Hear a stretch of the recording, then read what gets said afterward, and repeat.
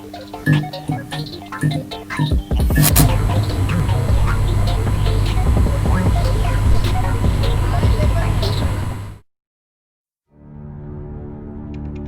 life, there is always the age-old question, what if? Nowhere is that more prevalent than in the world of professional wrestling.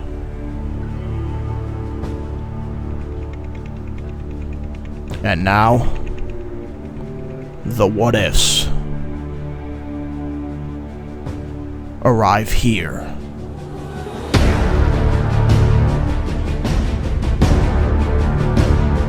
Wrestling Fortune 44 Incorporated presents the Fantasy Booking Series. Hey, what's up everybody? Welcome to the Fantasy Booking Series. I don't remember what episode it is, but it's going to be in the title. Yeah, this is the last part of, so this is part 4, the last part of the ECW rebranding. This is part 5. We had to go an extra part, if you remember. So should we redo this? No, who cares? Who cares? Who gives a shit? They know what part it is. As you said, it's in the title. I think I'm a bit rusty, as I haven't made a video since the last one we did, so I'm a bit, luckily I don't gotta do much talking, so. Yeah. And there you go. Yeah, so this is exciting. So this is your final chance for anyone that hates this. I don't know how you could, but if anyone hates this, then this is your last chance to sell them on the booking. But I feel like I feel like if they hate it though, then there's no point even getting to part 5. Yeah, pretty much. I mean, I really could have realistically just stopped at part 4 and then a whole new story if I really wanted to. Yeah, but, right. You know.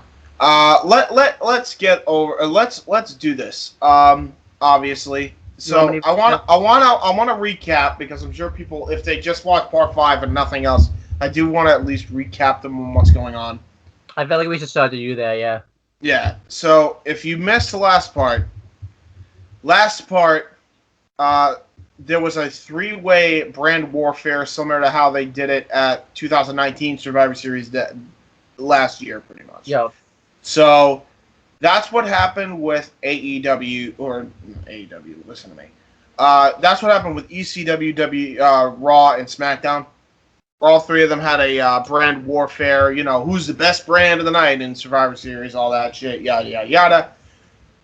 It completely got flipped upside down when an entire company takeover of an entire new conglomerate showed up to wreak havoc on all of the WWE's plans and festivities of sport, which was in the form of Edge, Randy Orton, and Ken Anderson.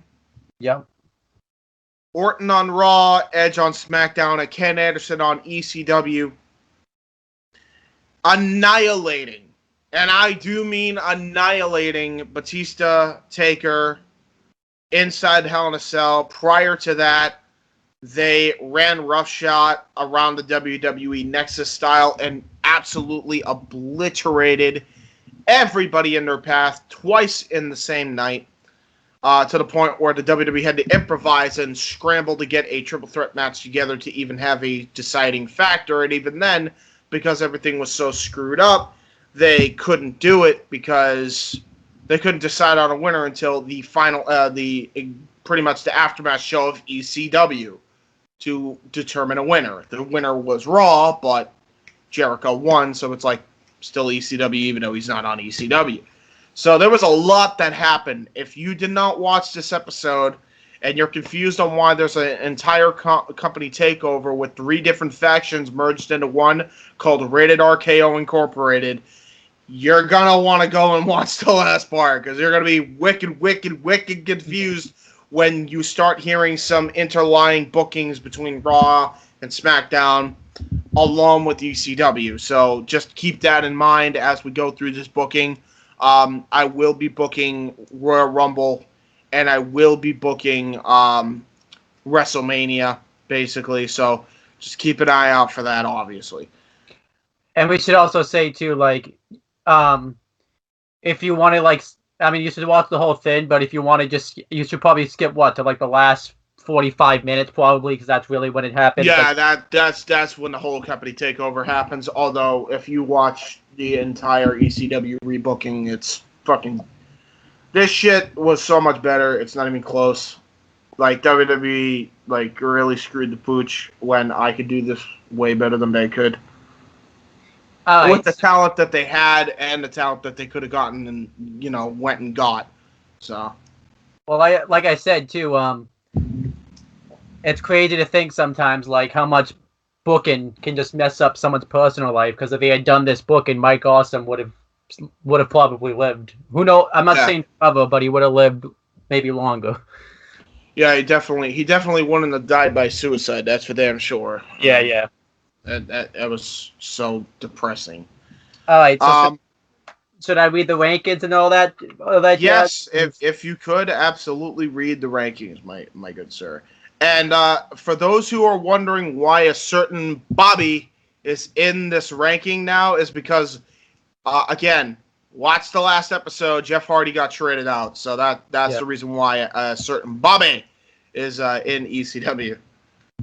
So yeah, the rankings. This is after December to Dismember. The ECW World Champion is Ken Anderson. The ECW Television Champion is Chavo Guerrero Jr. The ECW Tag Team Champions are Elijah Burke and Marcus Corvon. The ECW Hardcore Champion is Shane McMahon. And the ECW Six-Man Tag Team Champions are the Dirt Sheet, which consists of John Morrison, The Miz, and Alex Riley. Now, if you are not aware, that is the entirety of the New Breed standing tall, holding all of ECW's gold. If you look at Raw, it's the same on Raw with the Legacy. If you look at SmackDown with the Edgehead / La Familia, it's the same over there. So everybody has the gold in the Rated RKO conglomerate, the Rated RKO Incorporated conglomerate. So this brand is like, what's the best way to say this? The best way to say this is Retribution done correctly. I'm not that far yet, so I don't know what you're talking about. Oh boy, you're in for There's a reason why I keep telling you, Owen, don't watch. No, I'm serious. Just don't even try to catch up on the main roster. It's so fucking bad. It's the fucking shits. Like okay, I'll give you the brief history, because really, I'm not spoiling anything for you that isn't stupid, okay? This thing is so dumb. So they decided that the best way to get Raw's viewership is back up when no one gives a fuck about their fucking product was, hey, you know what would be great, since we've tried to better our image, even though we really didn't because we're taking blood money, but we pretend that we do because we do all this charities. Let's rip off Antifa. And let's make them a faction on Monday Night Raw and Friday Night SmackDown, and make them look like an absolute bootleg version of the Nexus and Aces and Eights combined. And I can't even believe I'm saying this, but TNA did the concept better. How do you manage that? This was 2000, and this was 2012 TNA. This was 2012 TNA. You did worse than Garrett Bischoff, Wes Briscoe, D'Lo Brown. How did you manage this? Can I actually tell you a funny story about D'Lo Brown? I know it's off topic, but since we're kind of yeah, go ahead. So we go to Top Rope and stuff. Well, we don't now, but we used to go all the time. One time, D'Lo Brown was there, and he was still the vice president of Aces and Eights. And oh my God. No. I asked, joking around, like, hey, can I have a spot in the Aces and Eights? Can you vote me in? And then D'Lo Brown says, yeah, well, I'll talk with the Bully Ray about it'll be a club vote. Literally, like 2 days later was the day he got released or something like that. So I always like to make the assumption that Bully Ray said no and kicked him out of the group. Because Owen Finch wanted to be part of the Aces and Eights. Yes. Jesus Christ. That's funny. That's funny. So I always like. You know what? I would have done the same thing. I would have done the same thing. Well, I kicked him out of the group if I wanted to be in it. No. I would have done the same thing you did and asked. Oh, okay. So I always always like to take the credit that I got D'Lo Brown fired from TNA. Why? Not fired, but That's kicked horrible. out. That's horrible. Well, then I didn't really think about like the long-term like repercussions of getting fired I mean, I knew what getting fired was. I knew it was bad. I just sometimes. And we were all stupid kids once, weren't we? Anyway. Yeah. Anyway, there you go. D'Lo Brown. Yeah, my point being, here are the rumored members of the Retribution faction: Mia Yim, Mercedes Martinez, Dominic Dijakovic. Oh, so that's probably his. I don't know what to call it now, but his move, because I know they don't want. They don't like to call it call up anymore. So here's the problem. They literally started the storyline because they're like, fuck, we got to do something to get the ratings back up, and now they have no idea what the fuck to do. Yeah. It was the most rushed fucking experiment I've ever seen in any wrestling period. It's so fucking bad. There's no heat for this. No one could give a single fuck about this. And not to mention, the people that are going to give a fuck about this they're only going to get offended because why the fuck are you basically just mocking Antifa? Did we not learn anything from the Muhammad Hassan incident from 2005?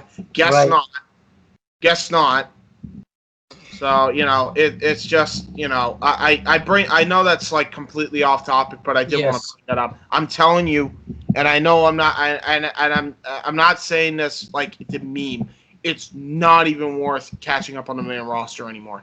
You're literally not missing a fucking thing. The best way you can catch up with it, if you do want to catch up with it, just watch the pay-per-views. Raw and SmackDown are fucking slog. They fucking book everything so haphazardly now to the point where it's even worse than it was in like 2015. Oh wow. 2016. Like, it's not good.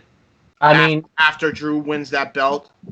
I am pretty sad though, because I saw the last. I recently just watched the last Raw Heyman book. So is it like a downhill? Oh, that's where it goes downhill. Yeah. Just stop watching the weekly TV there. Honestly, just stop watching the weekly TV there. Just watch the pay-per-views, and you'll be way better off for it. Well, I do want to watch the SmackDown with AJ versus Bryan because I hear that's it. Yeah, that's it. You can watch that. Cherry pick your spots here. Cherry pick your spots. Watch the Drew McIntyre, Randy Orton segments. Watch the Dominic Mysterio debut. Yeah. Which again, I don't know why they're calling him Dominic. I think they should just call him Nino Mysterio. I actually agree with something Disco Inferno said for a change. And yeah, just shit like that. Like, make sure you cherry pick your spots. Watch the Intercontinental title scene because I think they did like matches. Like Daniel Bryan booked a lot of that. I think they did AJ Grand Metalik, AJ Lindsay Dorado, AJ Matt Riddle, AJ Daniel Bryan, AJ. Well, we're way off topic. Let's get back. AJ Jeff Hardy is another one that was in the Thunderdome. You definitely want to watch that match if you can get past the glaring fucking bright LED screens. Well, let's get back on topic to the actual what we'll have. I'm just letting you know. Cherry pick your shit. It's not worth watching the whole 2 to 3 hours of fucking weekly television. It's not. And by the way, get ready to be disappointed in NXT soon too. So let's talk about the ECW booking. So now at the ECW World Title contenders, which consist of Mike Awesome, Bobby Lashley, Tommy Dreamer, CM Punk, Sabu, Big Van Vader, and The Big Show. And then we have the ECW television title contenders. We have Rey Mysterio, Lance Storm, Justin Credible, Kane, Matt Hardy, and Jerry Lynn. Do you want to do the Jerry Lynn joke, or did I ruin it? Jerry Lynn! Then we have the No, you can never ruin my boy. No, I can't. Then we have the ECW hardcore title contenders. It's Raven, Ron Simmons, Balls Mahoney, JBL, The Miz, and Umaga.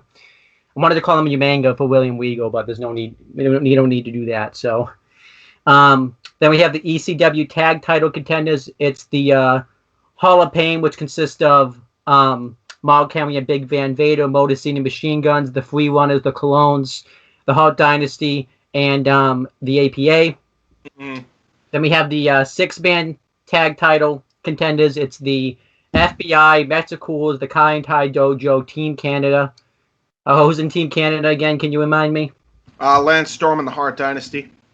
Climb Time with Slam Master Jay. World's Greatest Trio, which is Shelton Benjamin, Charlie Haas, and who else? Kenny Dykstra. And Hall of Pain, which is Mark Henry, Big Van Vader, and Umanga. Yeah, there you go. Umanga. So those are all your title contenders. All right, here you go. We're off to the races with the booking people. Get ready for a wild ride.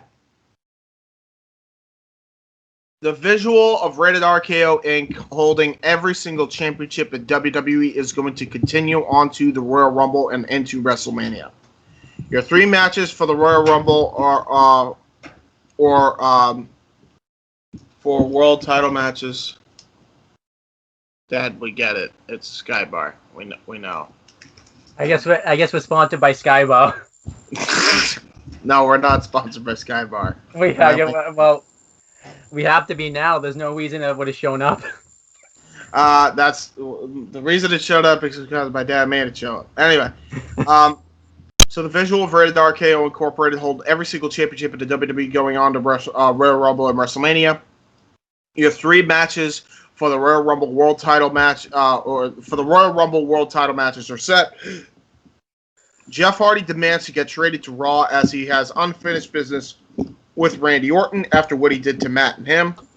This means you could still get that epic stage dive to close out the classic Raw set, which in my opinion is the best Raw set they ever did. Yep. I wish they never got rid of it.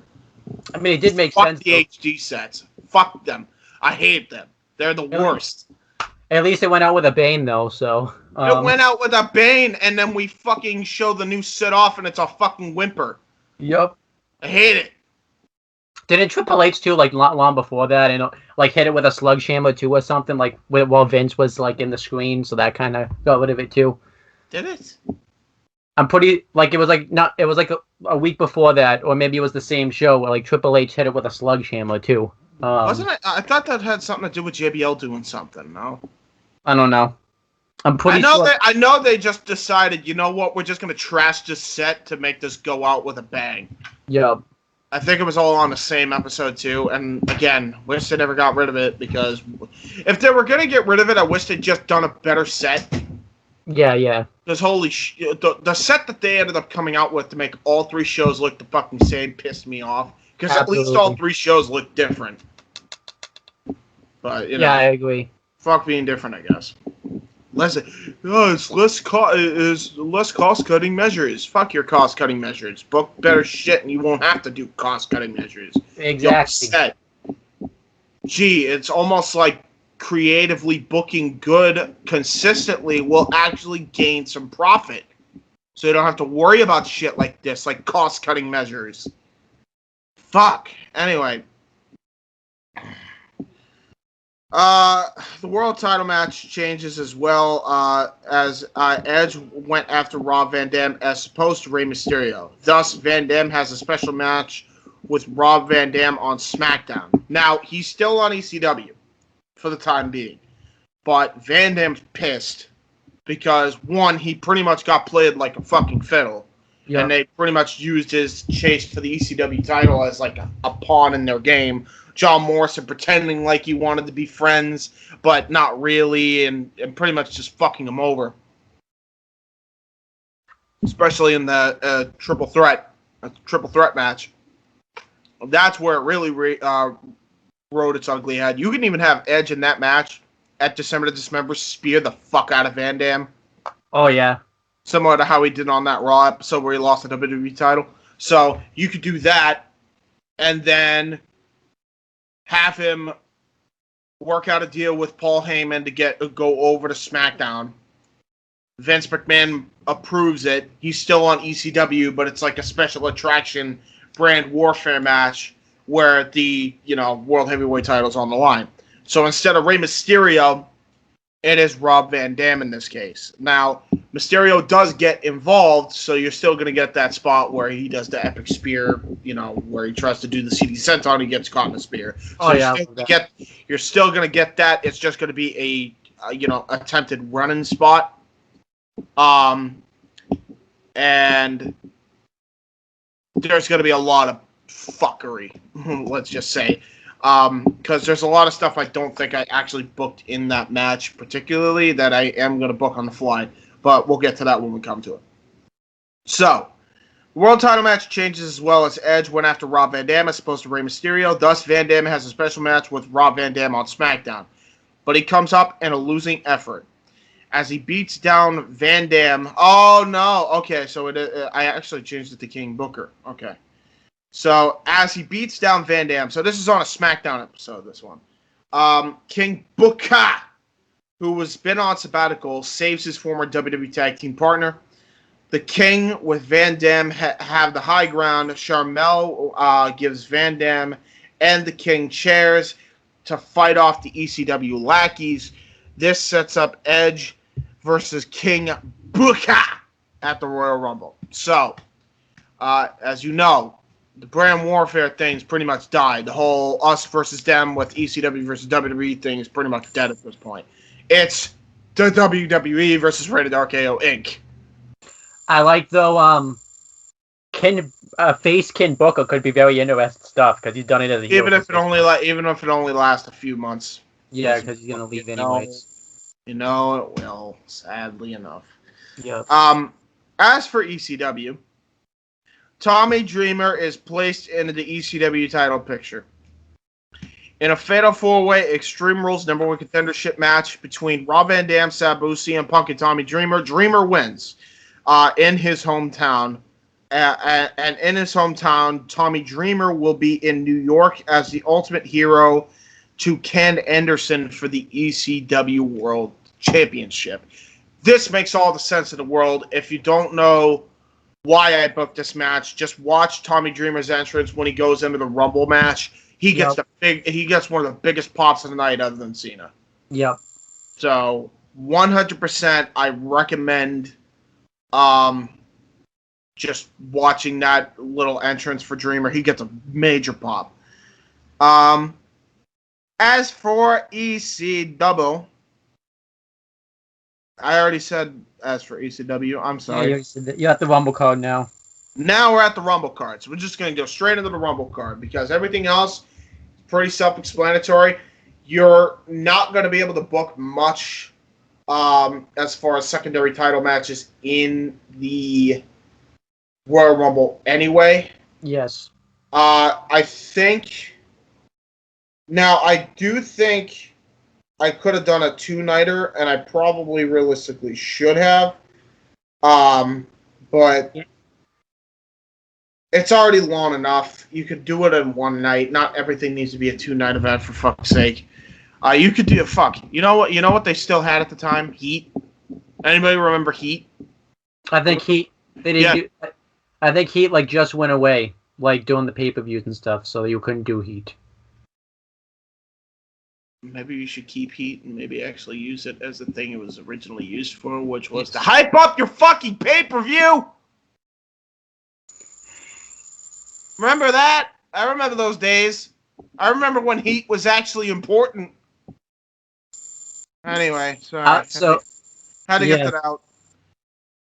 Okay, so here we go. Now the Royal Rumble card looks like this. So it's just one night. You'll do some sort of Sunday Night Heat or, maybe a Friday Night SmackDown special where, all three brands are there or some shit. I don't know. Ric Flair versus MVP still happens. Flair wins the way he did. Yep. Tommy Dreamer. Is it still a career-threatening match? Yeah. It's the same thing. All of it's the same thing. Whatever the hell they were building with Flair, that's how you do it.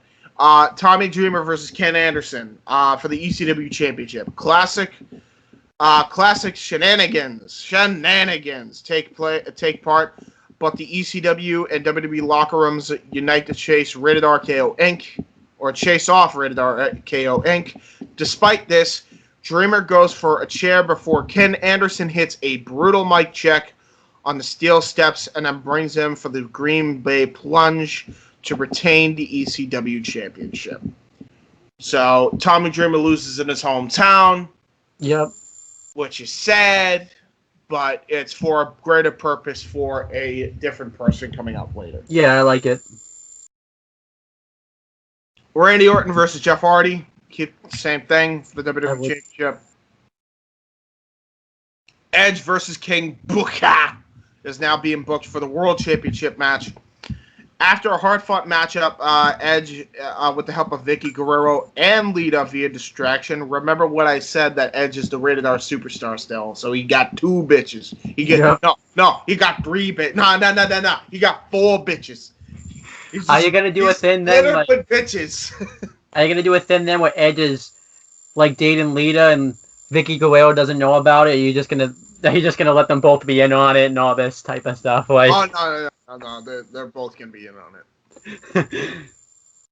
I'll be honest with you. The most cringe-inducing things, looking back on those segments with Edge and Vicky, were the fact that Edge was acting like a fucking sweetheart. We know why he was acting like a sweetheart, because he was really a sleazeball. But yeah. I even knew it then. If Vicky also isn't stupid, like, right? Look at Eddie Guerrero. Look at who she was married to prior. God rest his soul, by the way. Like, she's not dumb. So, like, you might as well just do a whole deal where it's a groupie deal. I don't know. Like, she's a groupie that also is general manager of one of the fucking flagship shows of WWE. So, she's going to help him at every chance she get for the D. I would do something too, maybe like. Sorry, that's just putting it blatantly. I'd rather that than I love you. No, I would do cringe. I would do something too. Like, I know this is coming later, but like Vicky Guerrero is also using Edge because, like, just to show like that she's, since he's like the top star on SmackDown, she can get on like the talk shows and all this type of stuff. It's then one's using one, but the other's using the other. They have a mutually beneficial friends with benefits relationship, as opposed to a fucking marriage. Yeah. That was going nowhere. Was going nowhere. Well, let's be real here, though. If this was if WWE did that angle today, they would have forgotten about it in like 4 weeks. At least they kept it going for like 2 years. They would have forgotten about it in 4 weeks. I wish they didn't some days.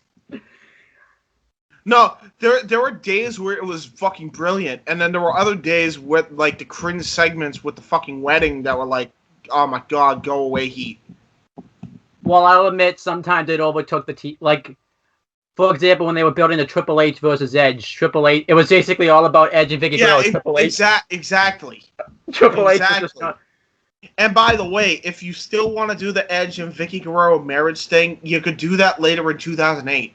Yeah. Well, they did. There you go. Do it then. Yes.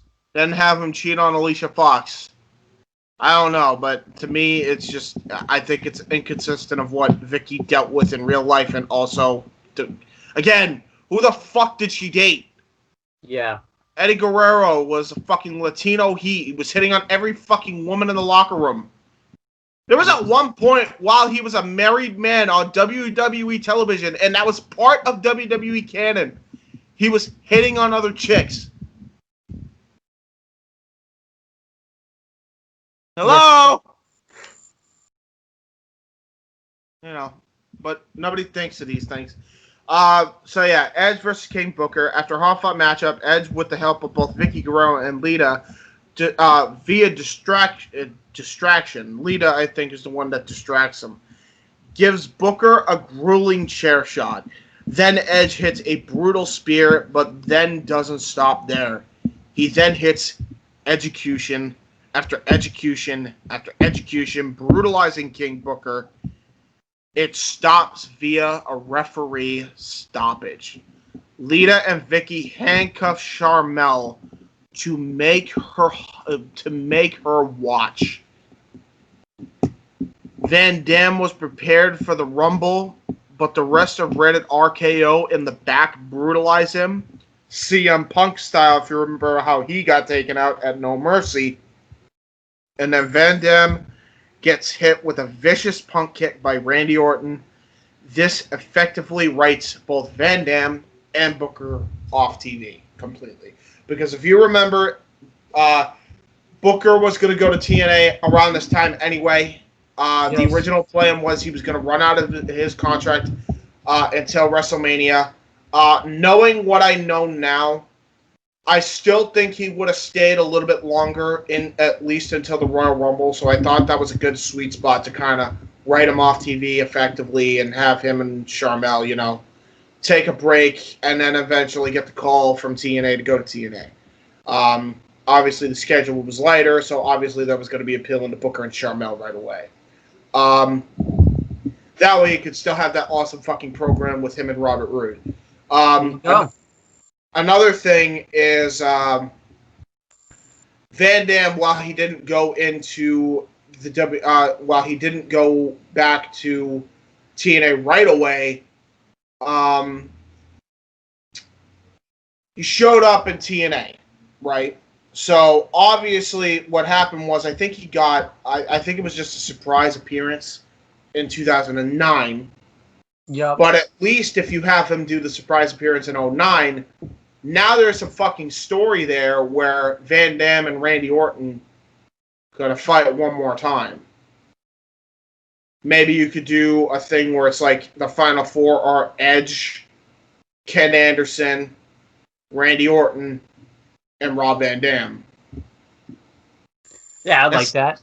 Because honestly, I'm sorry, but if you actually look at the 2009 Royal Rumble ending, holy shit, it was awful. Yeah, I know. It's fucking awful. Oh, Legacy are going to sacrifice themselves because fuck the world title. We'll have Randy do it, sure. You just devalued your world championship because fucking two lackeys wanted to help him. Really? Plus, it proves even more that all Legacy was created for was just for Randy Orton, pretty much, not anybody else. Just get the Randy Orton the WWE Championship. Yeah. That's all they were fucking good for. Why?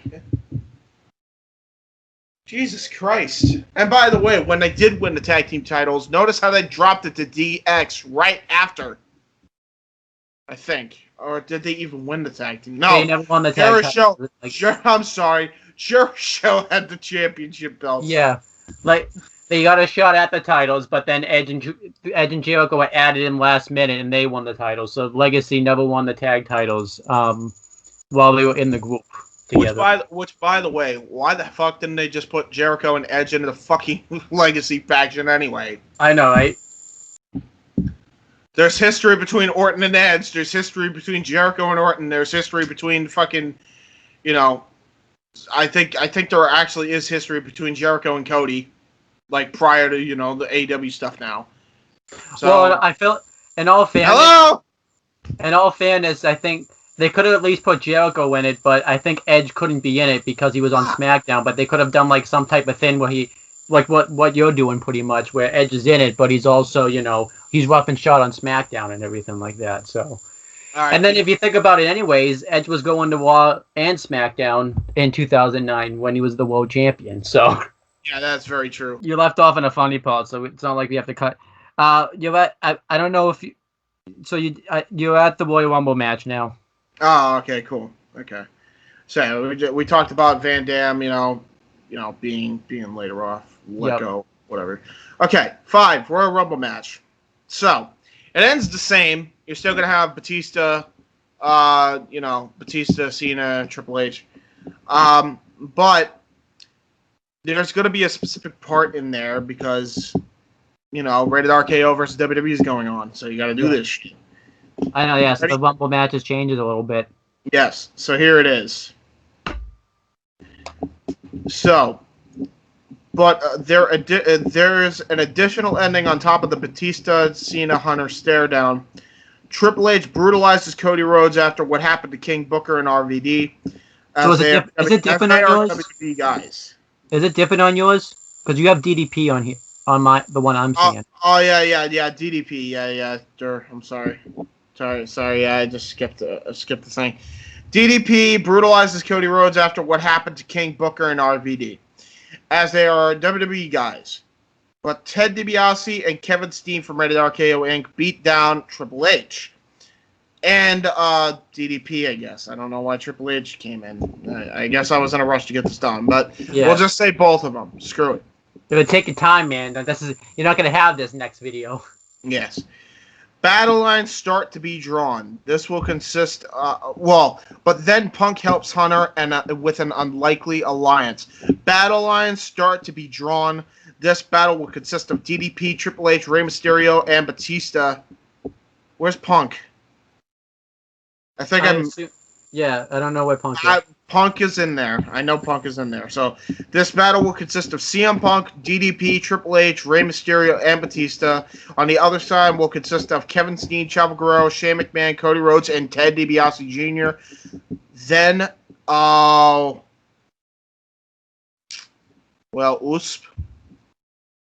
I guess Rey Mysterio got to be eliminated. No, wait. No, hold on.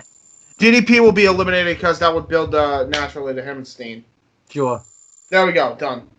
Impromptu booking right there. So it'll be CM Punk, Triple H, Rey Mysterio, and Batista on one side. On the other side, it will consist of Kevin Steen, Chavo Guerrero, Shane McMahon, Cody Rhodes, and Ted DiBiase Jr.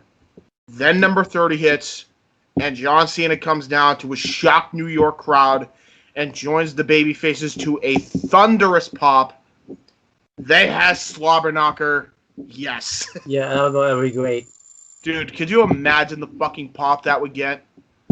I mean, the pop that he got in real life was awesome, but that would be even more of a pop. Here's the thing. Here's why I just made it the best Royal Rumble return in history. John Cena's the WWE guy.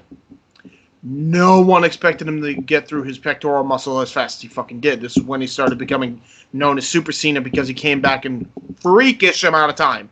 Yep. So he does that. That still happens as fucking planned. Remember too, Randy. I don't know if you kept this book part of the booking, and Randy Orton's the one that took it. Did you keep that part of the booking? But Randy Orton... I think yes. I don't think it was because of the table spot. I think he just tore up his pec in the match. And so they used the table to kind of compensate for it with the RKO on the table. So that still happens for the most part. You do it in a different way, but it was going to happen regardless if Cena was not worried about... If he was so worried about strength and not worried about his flexibility, it was bound to happen at some fucking point or another. Yep. So, yes, that still happens. Cena comes back to a thunderous pop way sooner than was originally intended. And instead of him getting booed right away the minute he starts wrestling, he stands a part of the battle lines. And then here we go off to the races. And then the baby faces start chucking guys left and right. And then the baby faces stand tall. But then some of the heels stand tall. And then the heels eventually get dumped out. And then it's Cena, Batista, and Triple H. And then Cena wins. And that's the end of the pay-per-view. Ba-ba-ba-ba-da. Yeah.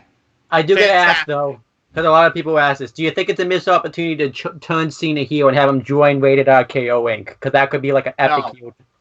That would make no sense. I'm just asking, though, because everyone had wanted to... The best time for John Cena to ever turn heel was his time fighting The Rock. That was the best golden opportunity they had. That was the only time they would have been able to turn him heel realistically. Well, joining the Nexus. No, I don't even agree with that. What would Cena benefit of being the leader of the fucking Nexus? You know nothing, I guess. Like what? Okay, so he holds the fucking... He's a leader of a fucking faction that's supposed to be full of new guys. Yeah. And because new guys can get over, they had to put this guy to be the de facto leader, and he just turns heel, and yet these guys beat him down and everybody else down for months. That's true. Yeah, so the best time to do it was Was The Rock and you know, yeah. The Rock and John Cena won. That was the only time. I think actually I'll go further and say he should have lost to Brock, then he should have turned heel. Because that's when I did it in my booking. Yeah. Yeah, that's when he should have turned heel. Not the NWO version though. Like, I don't. I know, like someone made a video. What if Cena?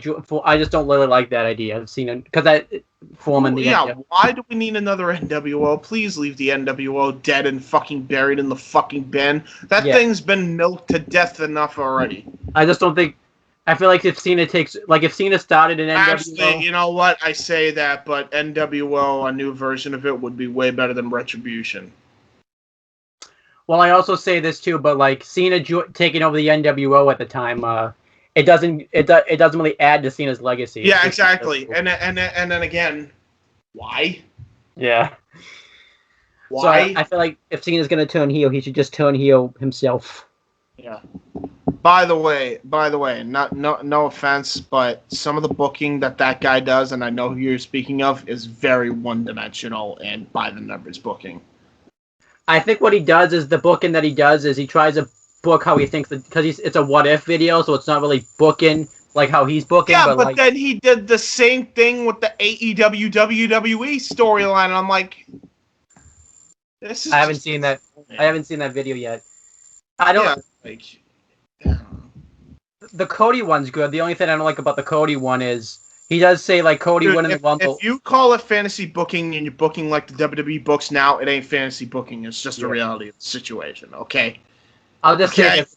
The Cody one I like, but the thing I don't like about it is he says Cody wins the Rumble and he'll get a big pop as a babyface. That wasn't going to happen because if anyone but Daniel Bryan winning the Rumble in 2014 wasn't going to get a reaction. Like.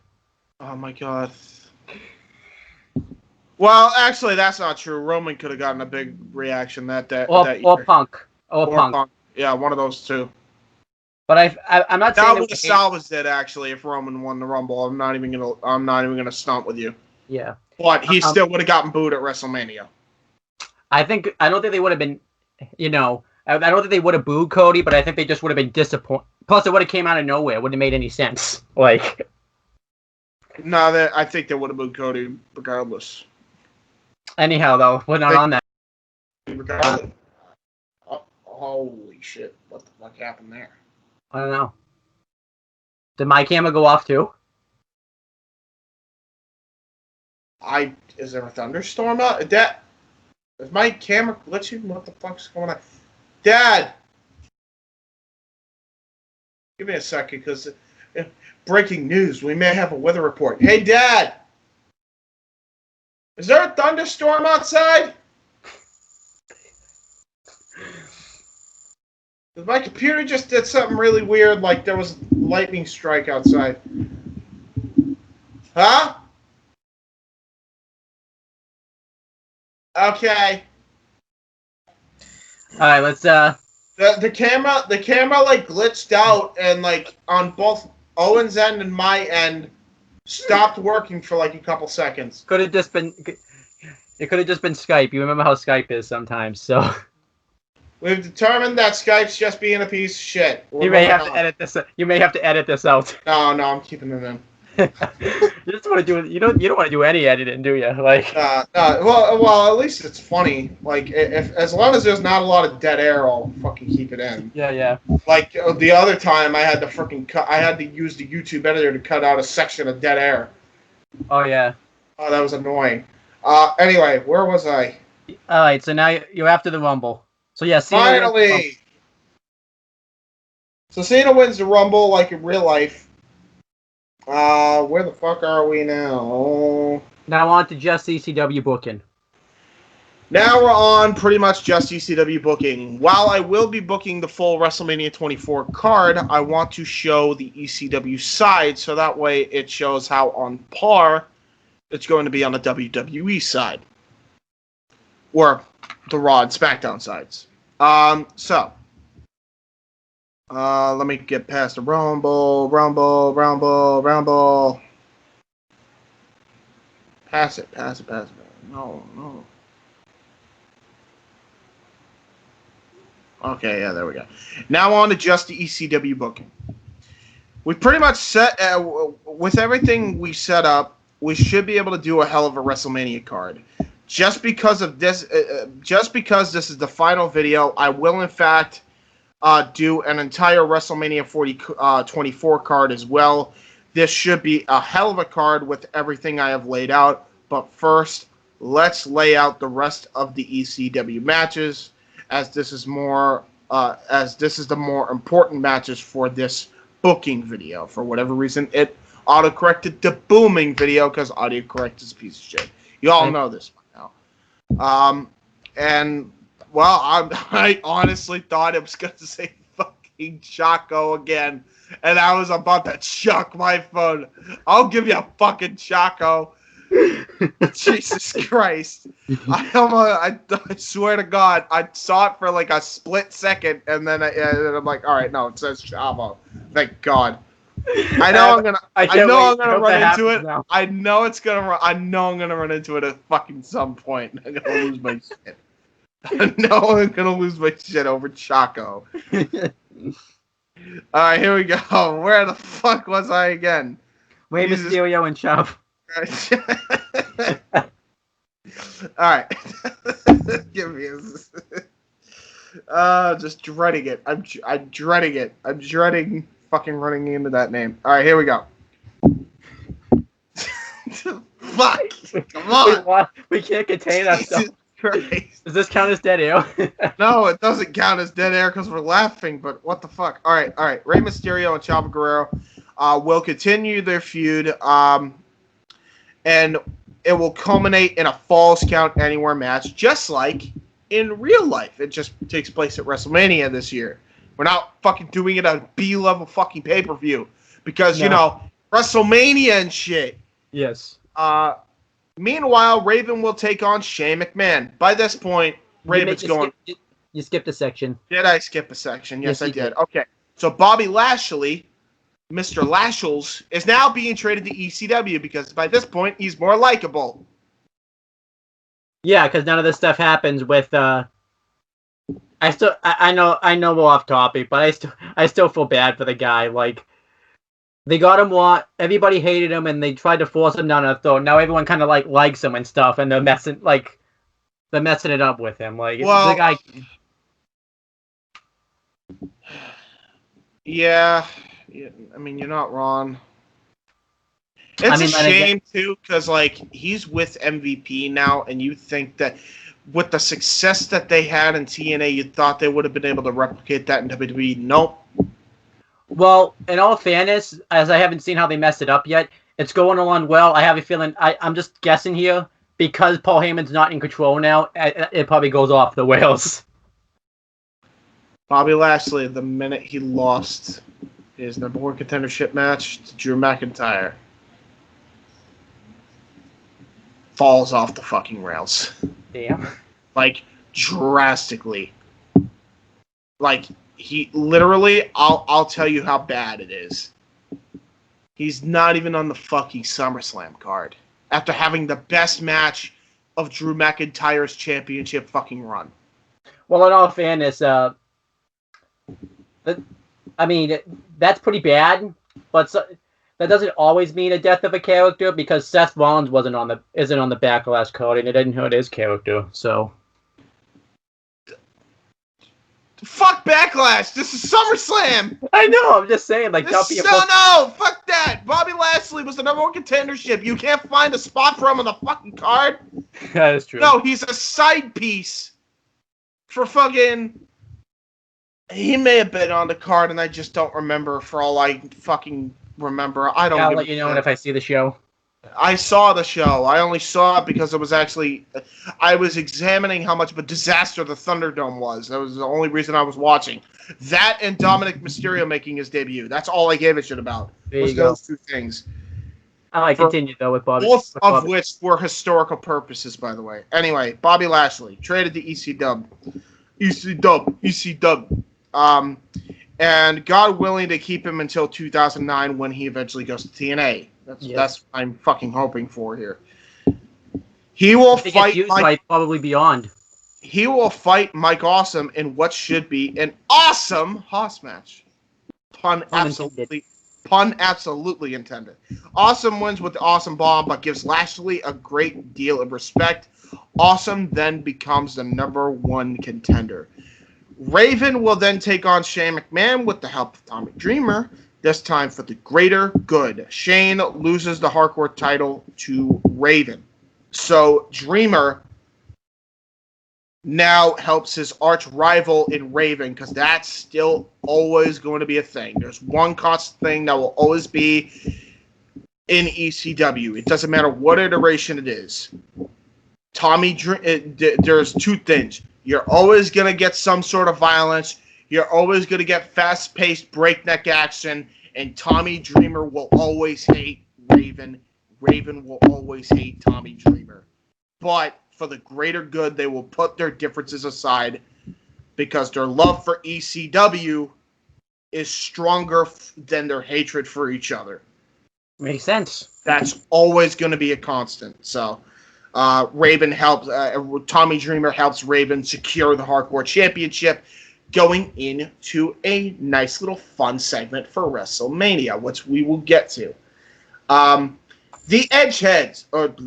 Why did we go all the way to the Edgeheads? We're not that way yet. Tag titles. Tag titles. Sorry, hold on. I'm all over the place now. This is what happened. All right, tag titles. We'll have the Hall of Pain. Finally. Finally. They become proxy baby faces because everyone wants to see them get their fucking revenge on these fucking douche canoes. Yeah, absolutely. Because they cost them the titles to begin with. Yep. They cost them matches in the past.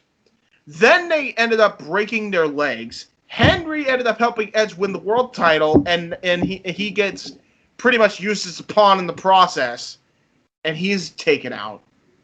Yeah, I like it. And yeah, basically, shit goes down when it comes to all that going down. Hold on, fuck, stupid phone. I hate it. I hate this shit. Where am I? I think in the future you gotta put this on a Google. I can't wait to put it on a fucking Google Doc. You have no idea.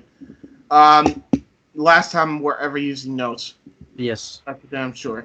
Bobby Lashley would be traded. No, we already passed that. You're on Team Canada. So Henry would be in the corner as Vader, and Henry get one over Corvon and Elijah finally when we get to that booking.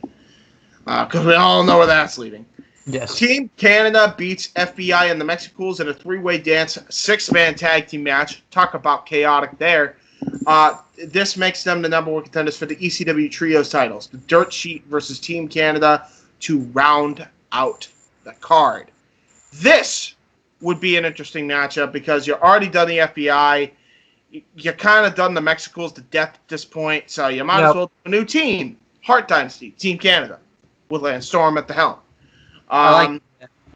Because it's kind of like the Dirt Sheet can like make fun of him. They can make fun of Lance Storm for not having like a personality in a way that doesn't bury him. Because his whole personality, if you watch WCW Nitro 2000, the one bright spot was Lance Storm, and his whole personality was he didn't have a personality. Yeah, but which was nuts. Like if Vince Russo was monitored, he would have been able to do stuff like he did for Lance Storm for everybody on that fucking roster. Yes. Just think about that for a second. Anyway, but yeah. Then also Big Show will still fight Floyd Money Mayweather, but now he's on the ECW brand. This gives ECW a nice brand little thingy. Yeah. Oh, can you imagine too, since ECW is technically TVMA, what you could do with this feud now that Floyd? Oh my God, yes. Oh boy. The only thing I would change though was I know technically in real life, but I would make Floyd the heel and Big Show the face this time. Like it should. Like it was. Big Show at this point would be the babyface. I'm saying in real life, Big Show. Yeah. In real life, he was the heel. Yeah, that doesn't happen in this. Now we make our way to WrestleMania card. here we go for a hell of a WrestleMania 24. And think about it too. WrestleMania 24 was still a pretty damn good WrestleMania. So it was still a pretty damn good WrestleMania. So yeah, let's see if I book it better. Yeah. Night 1, prelim match. DDP versus MVP. Battle of the Initials. I like it. Number 1 contendership match for the United States Championship. DDP wins by countering the player's boot into the Diamond Cutter. If anybody can pull it off, it's fucking DDP. I don't think it hurts MVP all that much. No. Yeah, he doesn't make the WrestleMania card, but he'll still make a WrestleMania payday because he was on the prelim. Well, I know you could say like it buries them because the old talent's beating the new talent, but you can't always have the new talent beat the old talent either. I feel in like. this case, the new talent is the champion, and the veteran would be able to put Kevin Owens over. There you go. In a big fucking way, or Kevin Steen in this case. Yeah, it's this. It's Kevin Steen. They don't change names. Fuck your name changes. Okay. Prelim match 2, 3-way dance, six man to determine number 1 contenders for the trios titles. Mexicals versus FBI versus Kayatai Dojo. You have to have this match. Absolutely. Now, wait, but it's a 6-man tag team match. Yes. So it's the FBI, what you would think the FBI would be. What you would think the Kayatai Dojo would be. If you watch my previous videos, it would be Taka and Tajiri. And it would also be the Mexicools of Super Crazy and Psychosis. But Juventude's also with the Mexicools because of the Trios division. He's back. Big Vito, a.k.a. Vito Luciano, has shown up with the FBI. And Masato Tanaka has joined with the Kayantai Dojo. I love it. That's a great match. Now, That's quick question. Is this one of those 6-man tag team matches where only like 2 members of a team can be in at once, or are you going to do it like the Survivor Series? It's an international 3-way dance 6-man tag. Okay. 6-man tornado tag, basically. With elimination style rules. So one person gets pinned. Actually, that would be interesting to have people get eliminated one by one. And have a That'd be cool. That'd be cool. Food for thought, I guess. Bobby Lashley versus Batista versus Chris Masters. Basically just a battle of the brands here. Big, beefy boys. Batista wins still. Because if you remember, they didn't even include ECW. They just had Raw versus SmackDown. And Batista beat Umaga. Here, I had Bobby Lashley versus Chris Masters, who was still, at this point, in my booking on Raw. Yep. Versus Batista, who at this point would be on SmackDown. Now, you do run into a problem, because you do forget one thing, and I actually just remembered this now. In real life, Chris Masters, I believe, got released at the end of 2007 because of the steroid thing, so you do run into a problem. They hired him back in 2009 anyway. Okay. So just hire him back in 2008. Just hire him back in 2008. Like, the fuck was the point? Yeah. Genuinely, what was the point? All right, number 1. Now here is the main card. That was the prelim matches. Here's the main card for night 1. Fatal 4-way match for the Intercontinental Championship. Listen to this. Joe Hennig, Mr. Perfect's son as the champion, a part of Legacy, versus Ken Shamrock versus William Regal versus Chris Jericho. Oh, I love it.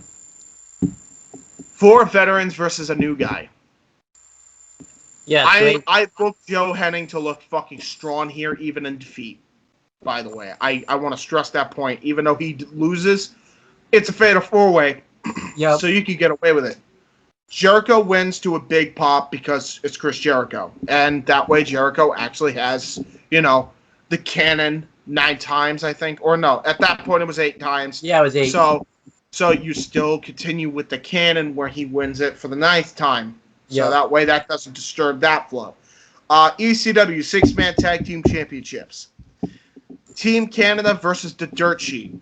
The Dirt Sheet are the tag team champions, but the Dirt Sheet end up retained because of shenanigans. Yeah, that makes sense to me. Maria versus Beth Phoenix for the WWE Women's title. I think Beth could actually pull off a very good match with Maria. I remember them having some solid matches. So this actually could be a sleeper. I wouldn't say it would wake the crowd up or anything, but you could definitely get a decent match out of this. So wouldn't hurt to put this match on. Beth obviously retains because she's a part of Rated RKO Inc. Can we keep the storyline the same too? Like, maybe start the Glenn Morella combination maybe around this time, because I know that was kind of starting to be built around this time. Yeah, that's fine. Yes. By the way, fair warning, may have to step recording again in a few. But let's continue through the rest of the card until that happens. Next up is... Wow, I think I'm on night 2 because this thing's being a bitch. Yep, because fuck this thing. Okay, here we go. Kurt Hawkins and Zack Ryder versus Air Boom for the Cruiserweight Tag Team Championships. Apparently, Air Boom walk. Walk. What is walk? I don't know. Walk. What is a walk up? Walk. No, walk. Air Boom. Dude, they should come out to Pantera. No, I'm kidding. Okay, so Air Boom win the Cruiserweight Tag Team Champions. Yes, I brought in Air Boom early because Kofi Nahaje Kingston and Matt Sydal were in WWE Developmental by this point. Yep. So just bring them in. Kofi debuted a few weeks later anyways, I believe. He debuted earlier in the year. Yeah, and I also did bring them in because I have the Cruiserweight Tag Team division. Yep. Going on SmackDown, so. What's the weight limit of the Cruiserweight division, by the way? I think by that point it was 220. So would Kofi fit that weight limit? Would Kofi fit the weight? Yeah. Kofi and Matt fit that weight limit just fine. Next up, Chavo Guerrero versus Rey Mysterio in a Falls Count Anywhere match for the ECW television title. Rey Mysterio wins with the seated senton into the West Coast pop on the floor to win. There's something else that goes on during this match. Raven versus Shane McMahon for the Hardcore Championship. Now here's the cool thing about this. Since it's also a Falls Count Anywhere match, Raven comes down when Shane accompanies Chavo for the New Breed. They both decide to have 2 different matches, which has 2 different refs. Honestly, I think this would be fucking awesome, because you have 2 matches going on at different areas of the arena with 2 different referees going on, which means a lot of fun chaos. And I like me some fun chaos. I think that'd be pretty cool. You basically did what Money in the Bank did, just not cinematic, pretty much. Live, yes. Raven wins on a different side of the stage with the Even Flu DDT through a platform off the WrestleMania 24 stage. Ray and Raven stand tall with the hardcore and television titles, respectively. I love because it.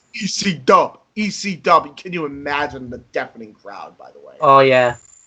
Ray and Raven just standing there holding the championships for ECW, mid-card championships. And you just hear a deafening ECW chant in the arena. Dope. This is putting ECW on par with Raw, with SmackDown, with every other thing going on in WWE. This moment right here. The Edgeheads, which consist of Sean O'Hare and Sean Osborne. So Sean Osborne never made it, because I just tried looking him up. He was someone that they just recruited for Deep Southwest, and he never made it past there. That's exactly it. Yep. Okay. Because I just brought him up there because he was a big dude, and you had another big dude in Sean O'Hare. The Sean twins with different ways to spell their names. There you go. What they were. So do they take Kurt Hawkins and Zack Ryder's spot then?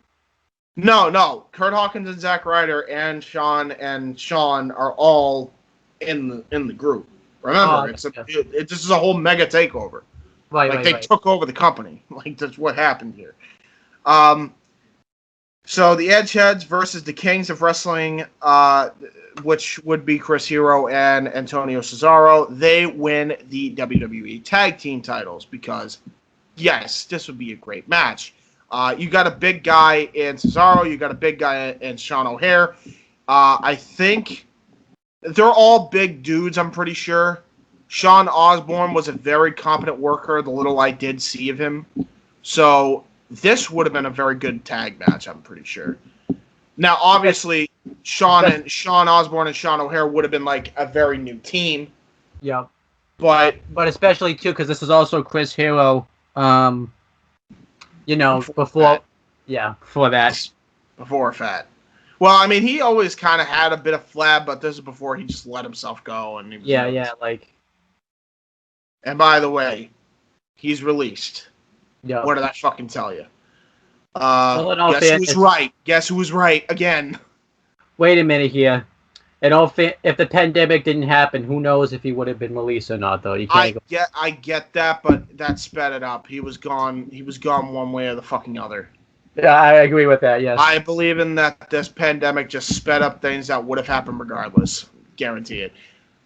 Honestly, God, like he offered nothing by the time he came back. You know what the funny thing is? The little he did offer was people fucking carrying him, like Johnny Gargano. So I'm gonna say I hate to say it because I know it was because of the. The funny thing is too, if he had not let himself go and had more to offer, I think they would have kept him too. To be honest. Like I don't want to be happy about like someone losing their jobs because he lost his job at a bad time and everything. But I think they would have kept him if he had more to offer and stuff like that. I totally agree with that. Totally agree with that 100%. Let's get on to the rest of the card here. Mickie James versus ODB because I brought ODB in. She was actually in developmental, believe it or not, before TNA. Yep. That blew my fucking mind. She was in Deep South, I'm pretty sure. Versus Trish Stratus. Number 1 contendership for the Women's Championship.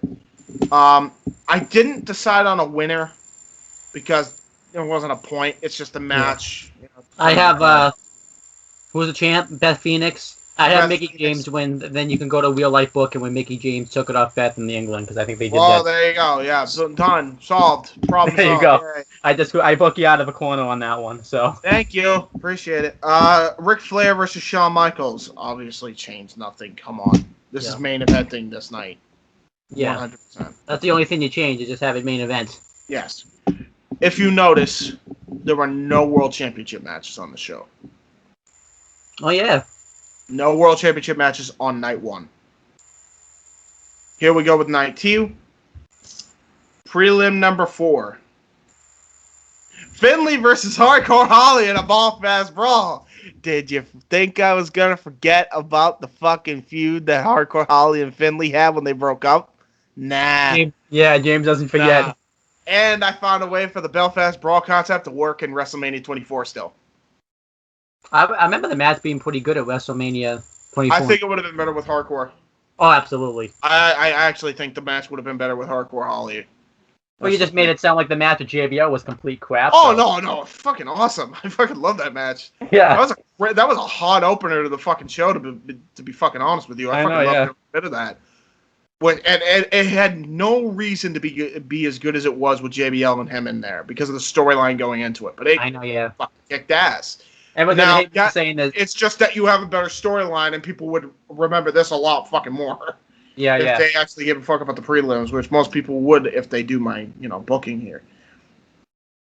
Prelim match number 5. Crime Time with Slam Master Jay versus the United Kingdom. So, by this point, the United Kingdom have kind of been lost in the shuffle. So you would have slowly turned them heel.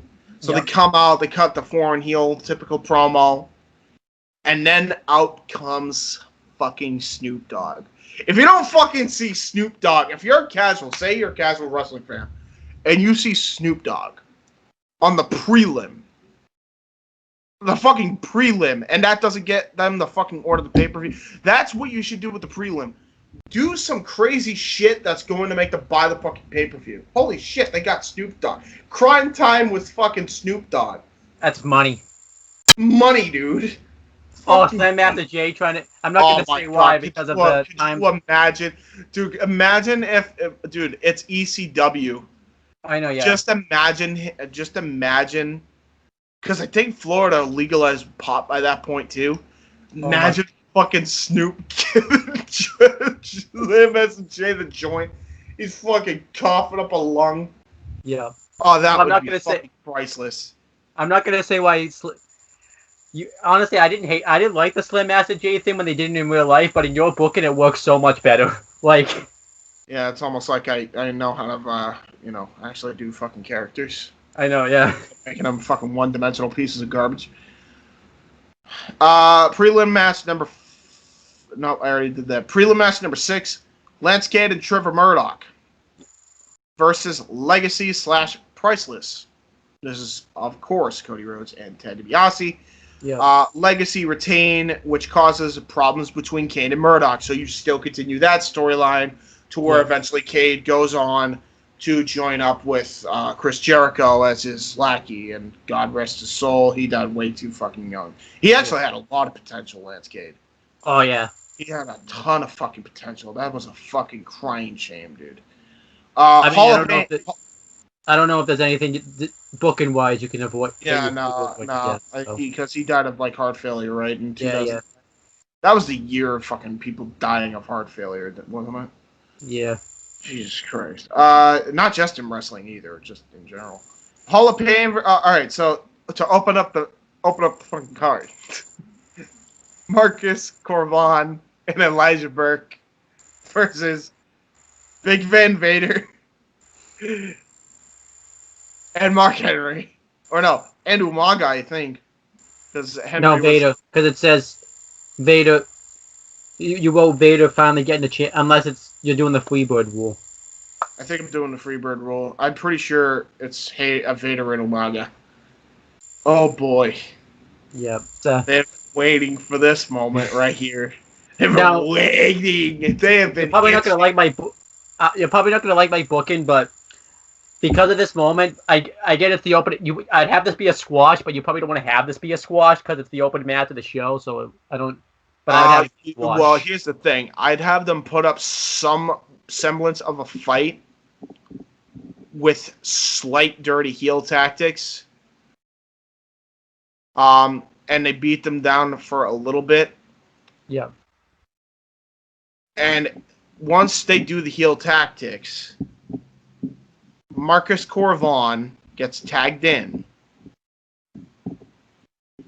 and tries to go for the pounce on Vader. Vader fucking no-sells the pounce for the first fucking time ever. Stands there like a brick shithouse.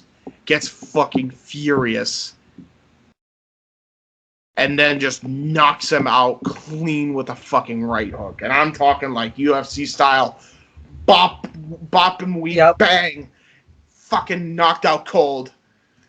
Elijah Burke, he tries to come out for the Elijah Express. He gets brutalized by he gets brutalized by Umaga with that fucking running spinning kick he does. That sets both of them up for a fucking Vader moonsault. Oh yeah. Talk about mania moments. Oh yeah. Talk about mania moments. You're not getting up from a moonsault from fucking Big Van Vader, who could still do it. That would be the last ever time he pulls this move off. You got to make this special for the opening of the fucking main card. Absolutely. They win the ECW tag team titles to an absolutely thunderous pop because Vader, it's long overdue. Yep. And again, a moment where the crowd chants ECW, ECW, and then they chant "You deserve it." Maybe the "You deserve it" fucking starts here. Because if anybody fucking deserved the fucking championship in the WWE, it was fucking Vader. Absolutely. It was absolutely Vader.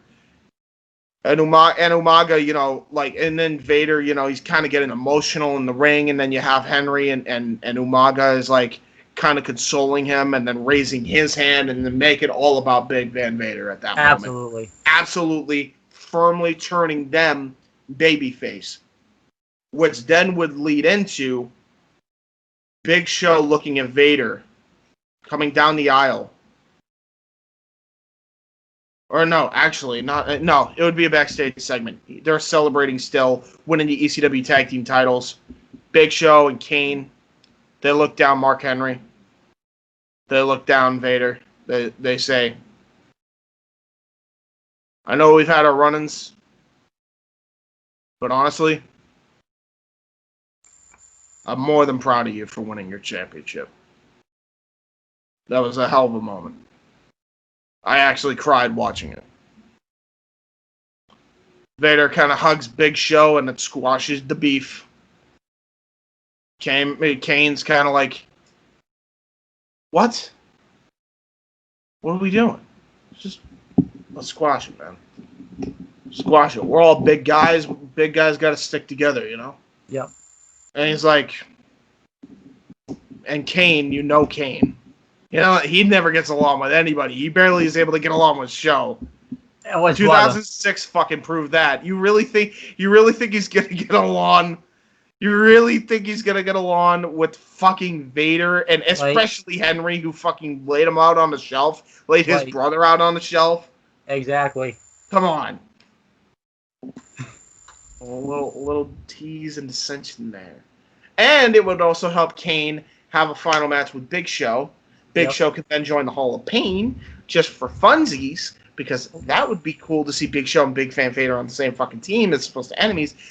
And then you bring fucking Kane over to, you know, I think he went over to Raw, right? In the draft? Kane. Oh. Yes. Yeah, and then you did that whole Rey Mysterio. And then you do that weird thing with fucking Kane and Ray. I don't fucking know what you do there. Anyway. Then we have, this match. Oh, yeah, I love it. The next match coming up. DDP, who became the number one contender on night one in the prelims, versus Kevin Steen, who is the champion for the United States Championship. Obviously, Steen's retaining. Now, obviously, we built it up a little bit, but you could do a whole thing where it's like, you know, DDP fought on the wrong side of history once. He wasn't going to do it again. You could also, you know... You know what you could even do? You could recreate the NWO spot. They try to recruit him in Rated RKO Incorporated, then he fucking diamond cutters everybody, after teasing that he's going to join and then fucking walk out. Oh, and by the way, could you imagine the night after WrestleMania? Because they had all three brands there that night. Yep. They booked a match between DDP and fucking Randy Orton, the Battle of the Cutters. Tell me you wouldn't want to see that shit. By the way, back to an earlier idea, something you could do to you know, even if MVP is going to lose, to keep MVP looking strong. I don't know if you can still do this storyline in your booking, but I would have Matt Hardy come out and screw over MVP, unless you don't do that feud in your booking. I leave that out. All right, so yeah, leave that out. There's no point. That's the only thing. Some things just get altered, man. You can't really do much. Let's be honest. Other than that one moment, the MVP and Matt Hardy feud was not that memorable. Well, I like the ending. I like the ending. The whole build up was long, dude. It was long. Yeah, it took a while. Way too long. There's a sweet spot when you can end storylines. That should have ended like months prior. Anyway. Well, you're not gonna like how long our storyline lasts over a year, so. No, well, it depends on how well you booked it. If it's booked well, then and you have a year's worth of material, then fuck it. Yeah. Well, it doesn't last. We take breaks for a couple months, so it doesn't last like a whole. It doesn't last the whole. Oh yeah, so it's Steen and Owens and Zayn. Anyway, here we go. Money in the Bank. So obviously everything changes because holy shit, it's night 2 and there's 2 nights of Mania now, so you can have a lot of people in this. Yeah. Money in the Bank. CM Punk versus Raven versus Shelton Benjamin versus Brian Cage, who was again in developmental. Couldn't believe they didn't sign him up. I know, yeah. Versus Scotty Goldman, who was Colt Cabana, versus Billy Kidman, who you still kept because SmackDown needed to keep him. Yeah. Versus Chris Jericho versus Test, who's I believe still in ECW, versus Manu versus Dolph Ziggler. Say it with me now. Fuck Dolph Ziggler. I know, yeah. I don't like this match now. Oh, shut up. You love it and you know it, even if Dolph is involved. CM Punk, obviously you're not changing much. She still wins. Come on. I do gotta ask a question. So did you put maybe I should have asked it before you. So did you put Jericho in the IC title match and in the Money in the Bank the next night? Did you do that on purpose, or was that an accident? That was completely on purpose because of that spot that they had on the ladder. That was fucking cool. I love that ending spot between Jericho and Punk. You gotta have that. Absolutely. Floyd Money Mayweather versus Big Show. Boxer versus wrestler. Floyd still wins. Same way. Yeah, it has to happen. Austin Aries the champion for the Cruiserweight division versus Too Cold Scorpio versus Jamie Noble versus Gregory Helms for the WWE Cruiserweight title. Too Cold Scorpion wins. Yay! Our boy finally got a win! I know. It only took him the entire booking to finally win a championship in my version of the ECW storyline. I love But you. he won it! You don't even have a winning on the brand you were booking, though. You put him I somewhere. haven't won in the Cruiserweight division. I know. I just love it, though. Poor You don't Too even have. Cold. Well, you know what? Actually, no, poor Too Cold, because Cruiserweight division would be fucking great by this point. I think I stacked that division if you actually look back at the previous part. I stacked the fuck out of it. Stacked the fuck But out of it. I still just love the fact, though, like, you book him to win a championship, but it's not even on the brand you were booking to begin with. So. At least you won the championship. Yep. ECW World Television Title match. Now, originally, I had two different endings in mind. I ultimately went with the latter. I am now retracting what I originally wrote down on paper. ECW World Title match.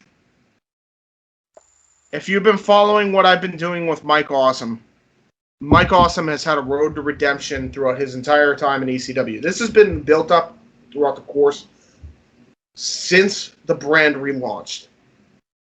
So actually, you can even go back further now and bring real life into this. This goes back to ECW One Night Stand 2005 in his return match with Masato Tanaka. This goes back all the way to this now. And with everything going on with this ECW television title run, with him and Tommy Dreamer, with him cutting that, heartfelt promo about he felt like shit about what he did to ECW and how he wanted to right the wrongs and he wanted a second chance and he knew he was never going to get this chance again. He knew he had to make the most of this because life's not guaranteed. Mike Awesome, despite being the big hoss, is like the ultimate babyface, and he is the unlikely savior for ECW here. Which is ironic because he left ECW high and dry when he left for WCW, which is like in real life shitty, and you turned it into such a beautifully incredible lawn arc story that goes all the way back to the 2000s. It's like the evolution of Mike Awesome. Yep. The greed gets to him. The fame gets to him. The championship dominance gets to his head. There was always a one constant in his side, and it was his frenemy in Masato Tanaka that somewhat kept his head on straight despite all of that. And then he's brought back because Masato Tanaka puts in a good word for him. Then he becomes a double champion. Then he goes on a lengthy run with the ECW Television Championship. And now it all culminates to WrestleMania 24. Ken Anderson, Mike Awesome. I didn't think about this when I initially booked this. I had to relook at this because I originally had Ken Anderson going over. I am now changed that to Mike Awesome getting his ultimate comeuppance. First off, Rated RKO getting their ultimate comeuppance. Yeah. And Mike Awesome winning the ECW World Heavyweight Championship. I want to give a little stat as well. If you remember the last time WWE did a future feud like this, where both guys would have looked fucking great and would have been future stars of a brand and or company or promotion, the last time they did shit like that, and we're not counting NXT here. we're not counting NXT, was fucking Austin and Rock for the Intercontinental Championship. If you remember, in SummerSlam 06, Ken Anderson, or it actually might have been 07. I think it was 07. Ken Anderson fights Mike Awesome for the ECW Television Championship. Yep. It comes full circle at WrestleMania. I wouldn't say though. In the course of a month, I basically just have Mike Awesome beat Ken Anderson twice. Yeah, but and that's the reason why I actually had Ken Anderson go over initially. But the story was too good to pass up to have Mike Awesome get his ultimate redemption. You can't pass that up. I wouldn't say though. I would say the last time they did it was with The Rock and Triple H because they fought at SummerSlam '98 for the IC title in a ladder match. I think you might be right. I don't remember. I mean, you could, because then they fought at Backlash 2000. Yeah, you're right. Yeah, it is The Rock and Triple H. That's the last time they did it, though. Yeah. That's the last time they did it. So, yeah, it's crazy to think about that little fucking stat there. That shows you how long-term booking's pretty much gone and died. Yeah, I think you gotta do it, though. I like it. Having Mike Awesome win the championship. Yep. And Anderson gets the main event of WrestleMania. Well, he gets one of the main events. The world titles are closing the show. Yeah. The 3 world championship matches are closing WrestleMania. Yeah. So he was a part of the last 3 matches, which, by the way, all involved some leader of Rated RKO Incorporated. Yep. Which is now going on a downward spiral because they're losing almost every match here. Yep. Some people retain their championships, but not everybody does. Now, obviously, you have the rest of the card. I just wanted to really explain the role that Awesome and Anderson would have been in this, because then you have a great match with Awesome. You have a great story. You have 3 different matches. You have the tale of 3 different matches here. So, in the WWE title match, it's a triple threat match between Cena, Triple H, and Orton. You keep everything the same. You don't fuck up shit with that. That stays exactly the way it stays. Well, the one difference that helps the match. Now it depends how awesome Ken Anderson and Mike Awesome is, but the match here isn't following Ric Flair versus, because I believe that match took place right after Ric Flair Shawn Michaels, if I'm not mistaken. Yes, so that match doesn't get 100%. Forgotten about. Here's another thing. Here's another thing I want to point out here. Now, this may still get the crowd emotionally. You got to remember, the night prior, Ric Flair retired. Yeah. Ric Flair got retired by Shawn Michaels, and it ended with, a celebration of a legend, walking out, with his head held high, not changing a fucking thing about his career. He walks away, right? The crowd was emotionally drained after that point. You end it with that. You end it with a sorrow of Ric Flair. And then the crowd comes back after about that. They're probably still talking about it during the WWE. They have Ric Flair come out for the Hall of Fame induction. They're cheering. They're getting all teary-eyed all over again because it's Ric Flair and he just retired the night before. All this shit. And then you have Mike Awesome, a man who legitimately was thinking about killing himself, completely turn his life around because of one phone call by Paul Heyman and Vince McMahon to bring him into the new vamp to ECW, and he's going up against Ken Anderson,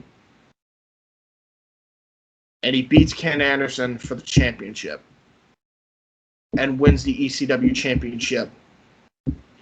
That crowd would go nuts. Yeah. Could you fucking imagine the emotion? So this match still might suffer. This match still might suffer slightly. But there's a very good chance that it would not suffer as much because of the euphoria of Mike Awesome winning the championship. Yeah. There actually would have been a much better chance if you ended on with a happier moment with tears of joy as opposed to tears of sorrow. Yeah. I think that's what would have been. I think that's what would have been the biggest fucking difference. Because if you actually take that triple threat match, that match was fucking great. Yes. The crowd was just fucking drained because of the match prior to it, which was Ric Flair and Shawn Michaels. Yeah. Or I think they did that Playboy Bunny shit prior to that to try to get the crowd. Yeah. And then that segment sucked, and the crowd was dragged down even more because, of course, why would you do that?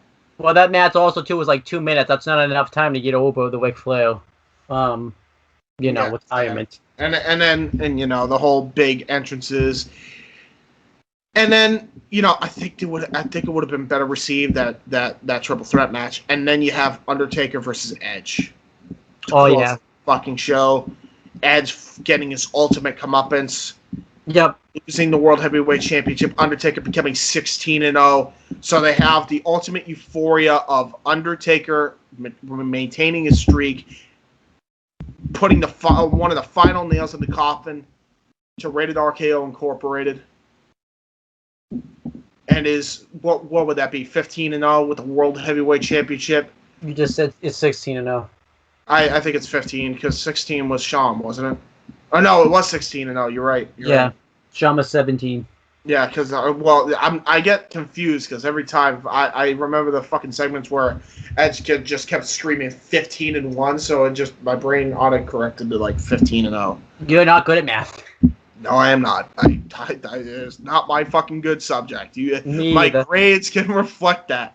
Anyway, now we're going to go over a rough assessment on my storyline, how I basically did, and that concludes this unreal and awesome ECW rebranded booking where I have officially made WWE the juggernaut it once was, with all three brands treated as equals.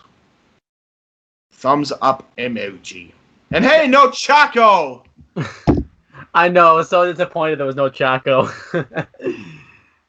I could just type it in, but it wouldn't have the same satisfaction. So, obviously, since you kind of host the show, how do you think I did? It was fantastic. I think each part got better as time went along. Every part made sense. You made ECW a legitimate brand. You gave, in real life there was only like one belt to fight for. You gave like what, 5 belts to fight for, maybe 6. I get 5 belts on each fucking brand to fight for. Yeah, 5 each. You did like a hostile takeover storyline, and it was done really well. You did I feel like what I wanted to do.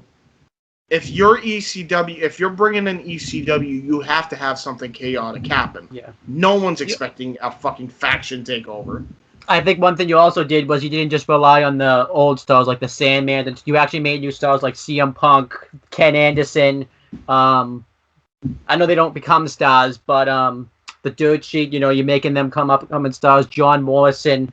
Even though Edge was already a star, you made Edge more of a star. Even though Mike Awesome, like I said, was already a star, you made him even more of a star. You got Vader gets his moment as, his WrestleMania moment. You made Umaga into a star. There's one thing we got to talk about, though. Yeah, go. Because you got to remember, after WrestleMania 24, WWE goes PG and sends ECW's TVMA. Yeah, so... Is this the end of the ECW? Yeah. Here's the thing. I thought about this.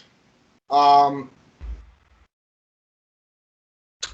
realized a lot when booking this.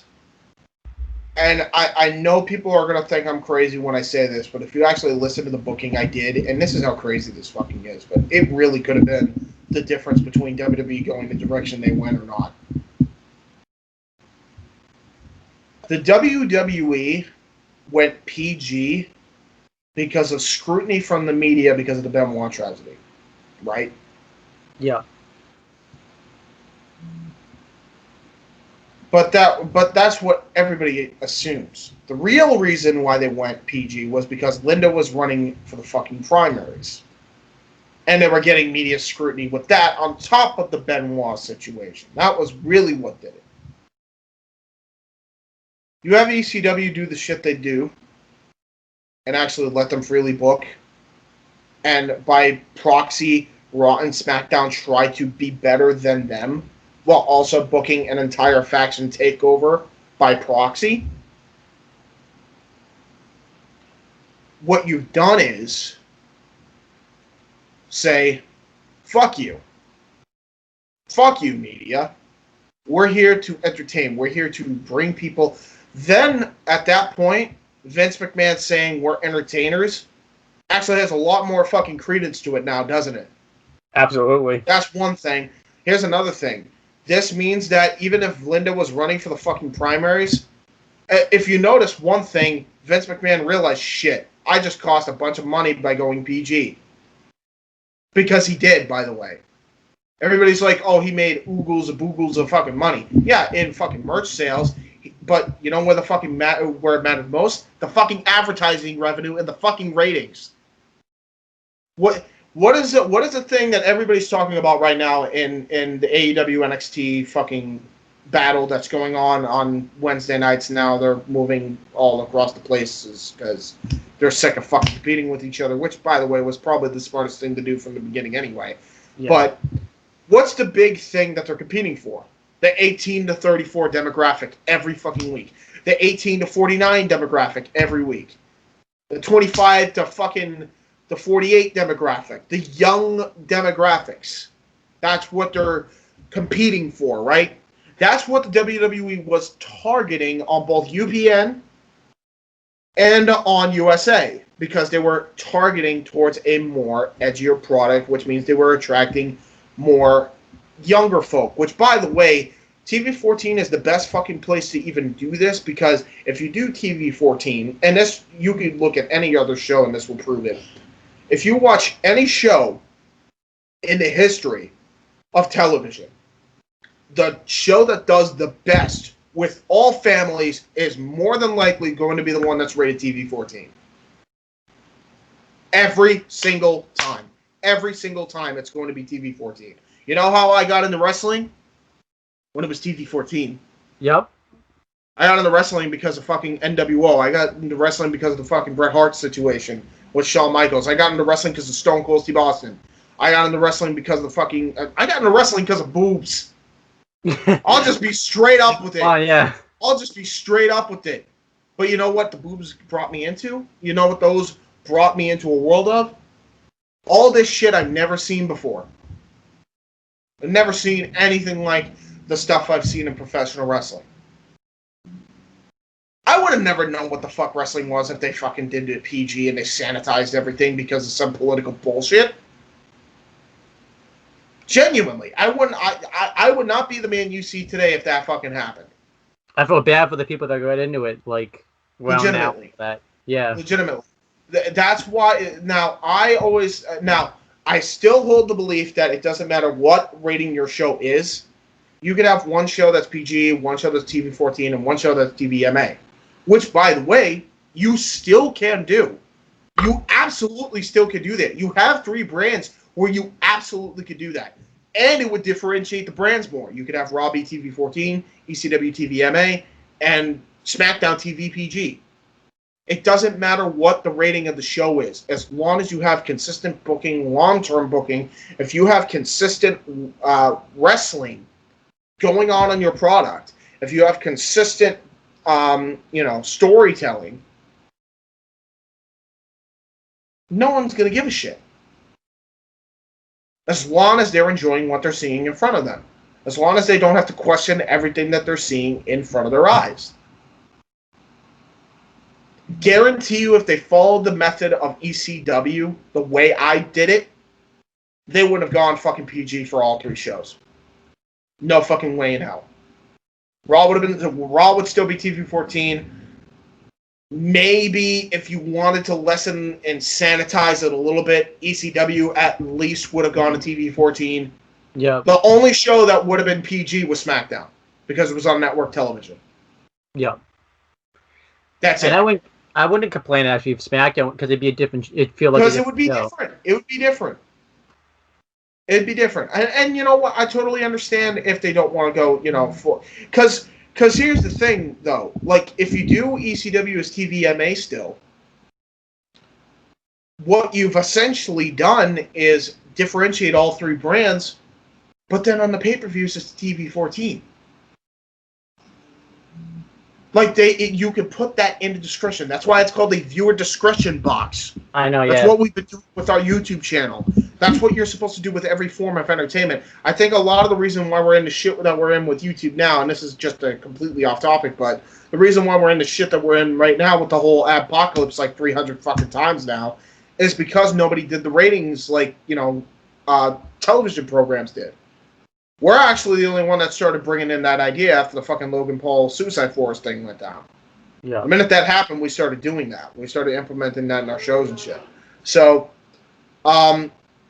if you do that, fuck the fucking, the Nazis that are trying to bring down the company because a wrestling personality is running for the primaries or whatever the fuck. Who cares? And by the way, regardless of what happens, regardless of how Vince McMahon, how much he funded Linda McMahon's campaign, he would have realized, because Paul Heyman was smart and was booking ECW the way he was booking it, that it wouldn't have mattered if he did it anyway, because Linda still would have lost. Yep. It was an uphill battle regardless. Why are you going to waste resources from your company for something that was an unrealistic expectation because of what was going down? Not saying it was fair. In some cases, it really wasn't with Linda, because Linda wasn't doing the scummy shit that, was going on in the WWE. A lot of that happened to do with Vince. That's where the buck stops. It had nothing to do with Linda. But they wanted to target Linda because, of course, they do, and this is the game of politics, and this has been the game of politics for decades now, and it fucking sucks. And that's why you got people like me that hate politics.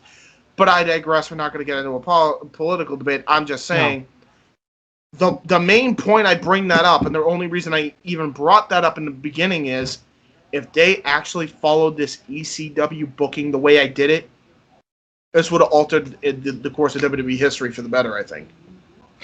One thing we got to talk about. I genuinely am under the belief of that after finishing this now. I know, yeah. The one thing we got to talk about is with the ECW booking, is it ECW going up against Dynamite on Wednesdays? Is it, because obviously NXT originally was created as the game show because of ECW's failure with the way they did it. So does NXT even exist? That's a very good question, I think it still does. I think you could still make it work. I don't see why it couldn't. So we have four. I think we have. Did we get 4 brands, or does ECW? Here's the thing. You got 4 brands anyway right now. You got Raw, SmackDown, NXT, and NXT UK. So what would change? Yeah. It's just one would be labeled ECW. That's it, really. So then, would we have 5, or would we not? No. There would not even need to be There would not even need to be UK. What's the point of a UK? Yeah, I know. And by the way, I've always been under the belief, as much as I like NXT UK now and the booking they've done, pre-pandemic after the fucking horrendous show they did, they were doing really good after that point, because thank God for Shawn Michaels. But I know, yeah. You still don't need it. It's not a necessary program to have on. It just isn't. You could have all those guys. You could migrate them into different various brands on USA or Fox. Why are you going to have another brand on the WWE network where it's not even going to be checked out by a fraction of the people that it would attract on USA and Fox? I mean, the thing it's a thing we have to risk, but we would never get Walter in WWE because he says. No, are you kidding me? If ECW was around, are you kidding me? We wouldn't get Walter in WWE. You kidding me? Well, he said he never wants to work outside the UK, so leave the UK. Oh, shit. So He kind of worked outside the UK, so. I'm saying. That was bullshit. I meant consistently. I think he's fine with doing it for big shows like Survivor Series and stuff, but not all. But he doesn't want to travel all the time. He wants to stay in the UK. You know what? He says that. I'll tell you why he says that. Here's part of the reason why he didn't want to do it. Because he would have been buried! I know, you got buried pretty bad in that match. So, I think if you do that booking, it might change his mind a little bit. Because guess what? Creative booking sells, and money talks. Could you imagine Walt doing the ECW brand too? He would fit the ECW brand so well. Dude, could you imagine as Mike Awesome's retirement match, Mike Awesome versus fucking Walter? Oh, the prospect of that. I could just imagine though Imperium coming in And since they're like the pure wrestling people, like you could do a feud between Imperium and like the ECW originals if they last that long. Yeah, 100%. Yeah. You bring the ECW originals back, maybe have some different members. You could have Awesome into it. Yeah. Awesome's actually a member this time because he made up for it like for a while now. Oh. Anyhow, the booking's over. That would be nice. That would be nice. I'm giving. Anyway, yeah. We're getting ahead of ourselves. Do a letter grade for each booking each time? Like after it's over, I'll give it like an S rank. It broke the scale. Like it's an S rank. Like I got an S rank. Yeah. I think a lot of people are probably like, "Oh, you're just talking out of your ass," and I'm here looking at you like, "Yeah, you're right."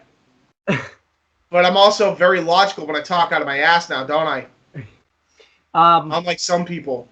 Vince, I'm done. I mean, I definitely have a lot to live up to with my booking's just pure fantasy anyway, so it's yeah. It's a completely, you don't need to live up to anything. You do you. Like at this point, your fantasy booking is completely different from what mine was. I had to book like it was realistically, I'm trying to save the WWE after the botch of Invasion of 2001, which by the way, I may do my own spin on that. I'm not gonna do it now because holy shit. If you think this was fucking hard, and trust me, this was a fucking bitch. I loved it. I loved every minute of it when I read it back. But oh boy, was it a bitch putting it together. If that was a bitch, imagine doing the fucking Invasion angle. Even with Adam's videos and fucking Pilnup Productions videos on this fucking topic. Yeah. Imagine how much of a pain in the ass that would be then. Jesus. I mean, I can say I haven't presented mine yet, but the thing I found about, you think you have everything set in stone about what you want to do, but when you actually start booking, you're like, I know I want to do this now, and then you change a lot.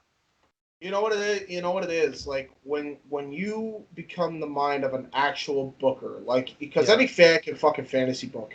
And I run a Ricky Dink CAW league. I'm not actually running a fucking production. Yeah. I can't even imagine what it's like for, somebody who's booking, a wrestling show and actually trying, unlike fucking Pritchard.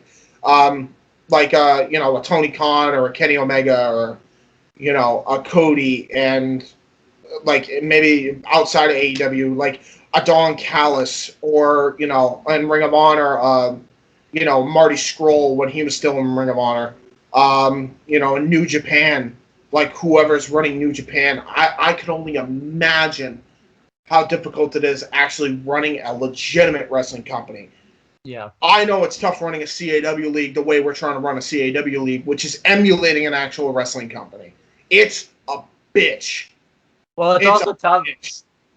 It's also tough too because since I'm booking pretty much myself, also you too, but pretty much you don't want to book yourself to look too strong because then people are gonna.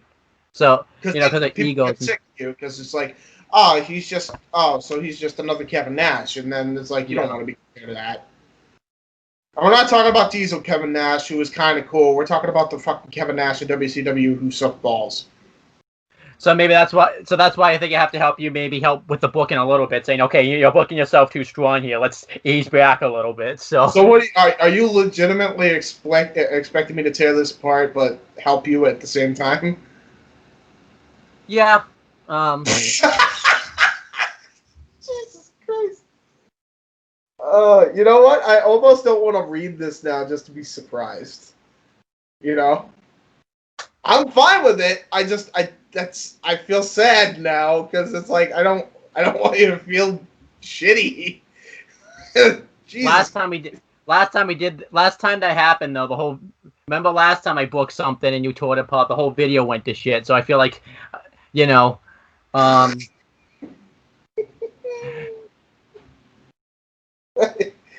Well, hey, you can't win them all, right?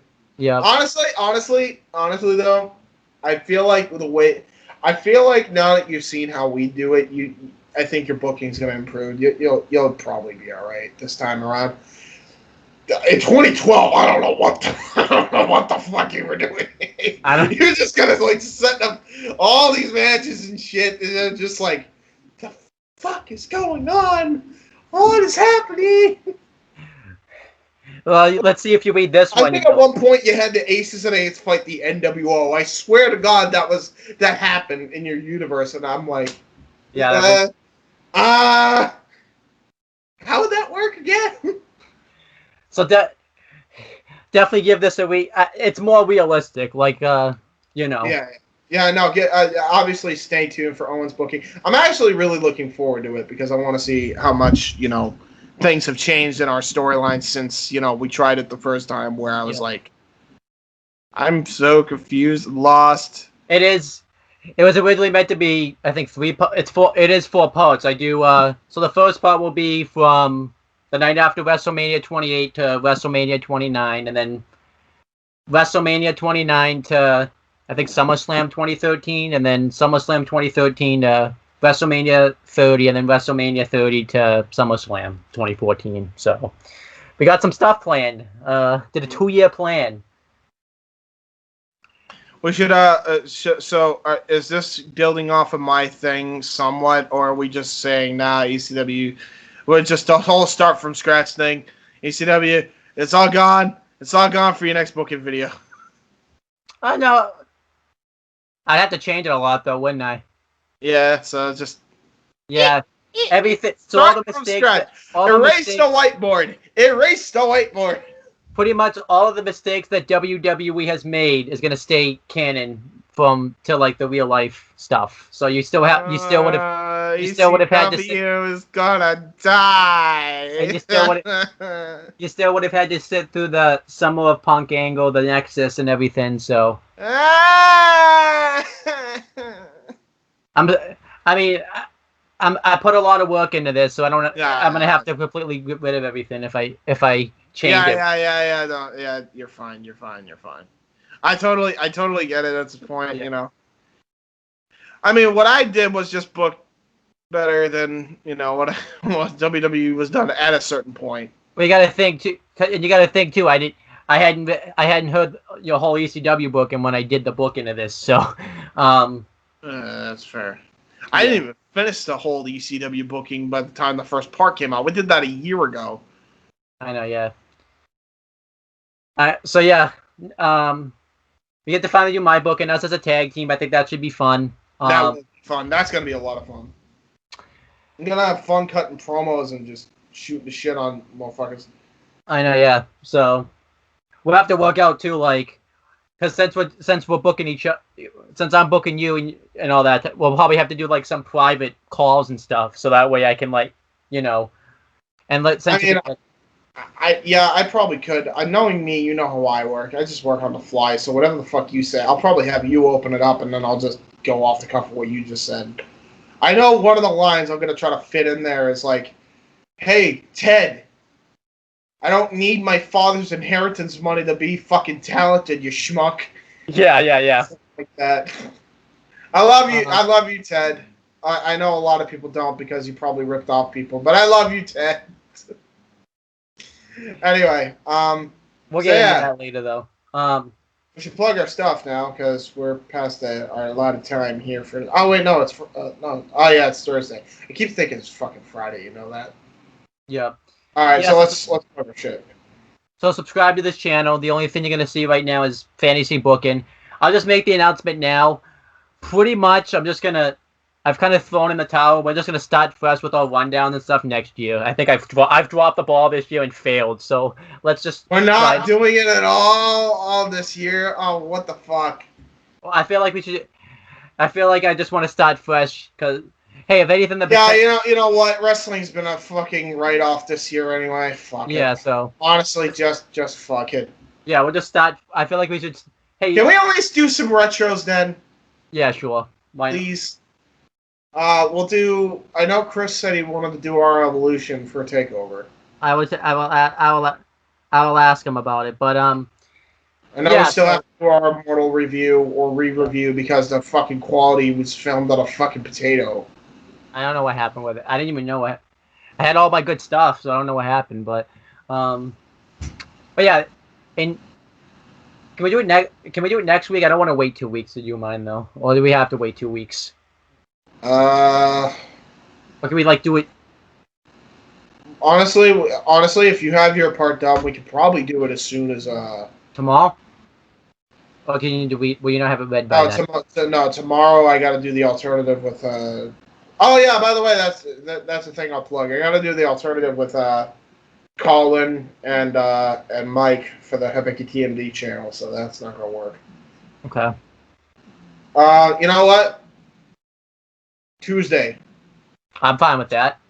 Tuesday at same time we did it here today. Yeah. So tune in Tuesday for Well, no, don't tune in Tuesday. You do that all the time. We're yeah. recording Tuesday.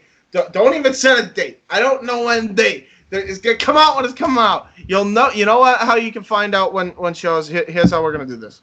This is how we're gonna do this. Okay. Owen now has a Twitter. Go and check him out at Owen the Talkinator or Owen the Talk 44, I believe is the at. Yep. You can also follow me on Twitter at jhebertside95. Anything FTW Productions related, which includes anything from Wrestling Fortune 44, anything from Owen the Talkinator Studios, anything from Insanity Works Studios, anything from J. Hebert Studios, anything from Weymouth Youth Wrestling, all that stuff. If you want to know when stuff is about to drop, you're going to want to follow me on my Instagram at jhebertside95, and you're going to want to follow Owen on Twitter at Owen the Talk 44, and myself at jhebertside95. That's JHEBERTSIDE 95. That way you will know when a retro comes out and when a fantasy comes out and when anything from FTW Productions comes out. So go follow us right now. Go do it. Well, finish this video, then go do it. Yeah, finish this video first because we got an end screen. But then go do it. Yep. Then go do it. You better do it or I'm going to send Scott Steiner to fucking chew out your fastest. And you don't want that. You don't want that. No. He'll eat you faster than he'll fucking chew you up and spit you out faster than a fucking Shoney's chicken wing. Yes. What the fuck where did that come from? Jesus Christ. What the hell? I got a promo on Scott Steiner's fucking on his love for Shoney's. But yeah, check out I guess it's Retro and Fantasy. For this channel. What are you doing? What are we doing for Own the Talkinator Studios? Because we said we were gonna do stuff for that now. Yet I don't know. We'll also wait on that till next year too. Okay, so we're all that stuff except for Retro and Fantasy is gonna be held off until next year. So rundown, anything on the Own the Talkinator channel is gonna be held off till next year, which is probably smart to be honest. In the meantime, if you guys like content, if you Owen, since you got nothing to do, if you want to join us in content, tune in to the Indie Force because we do have a 3-hour show that's like the rundown, which is called the Indie Force. If you want to check it out, it's not just wrestling; it's all of entertainment. So go check it out. There you go. All of sports and all of entertainment.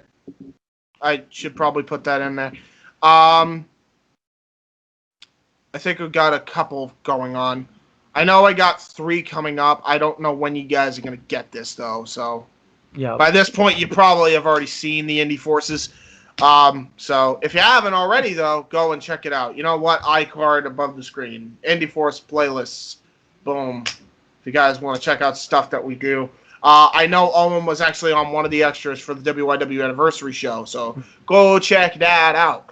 Something I still want to do is I still want to do the WYW like interview. I probably have to watch some WYW stuff and do like the research from it. Do like an interview. So. Oh yeah. Fuck! I forgot we were gonna have you. Weren't we gonna have you do the matches? We were gonna have you do the matches, weren't we? And we could do that now because of the Skype. Thank God for a recording feature. I do want to do like an interview though. I probably have to watch other interviews you've been on too, so I don't ask a lot of the same questions that everybody else has asked though. I don't give a fuck if you. I don't give a fuck if you ask the same questions. It will jog my memory just as much as it will jog yours, to be honest. Yeah. Well, I also have to. I probably should do. I haven't seen all the test matches either, so I have to do the. I know right now. At the current moment, I think we got 4 in the can already without you. We already did them. Yeah. But if you want, you can be the interviewer for the rest of them. Like, doesn't matter to me. Yeah. Well, I just Cool. want to do like a full like WYW interview and stuff. I mean, it probably would have made more Oh sense. yeah. No, if you want to do that, you absolutely can do that. But until then, guys, you know what? We're rambling on at this point. Owen, if you want to lead out with your catchphrase, and we can get the hell out of here. Yeah. So, like I said, do all that stuff, and we'll talk to you later. I was gonna say Tuesday, but I don't want. We don't know. We don't know. Yeah. We'll talk to you later. You'll see us later. Follow us on Twitter. Do it. Do it. Do it. Right now. Now.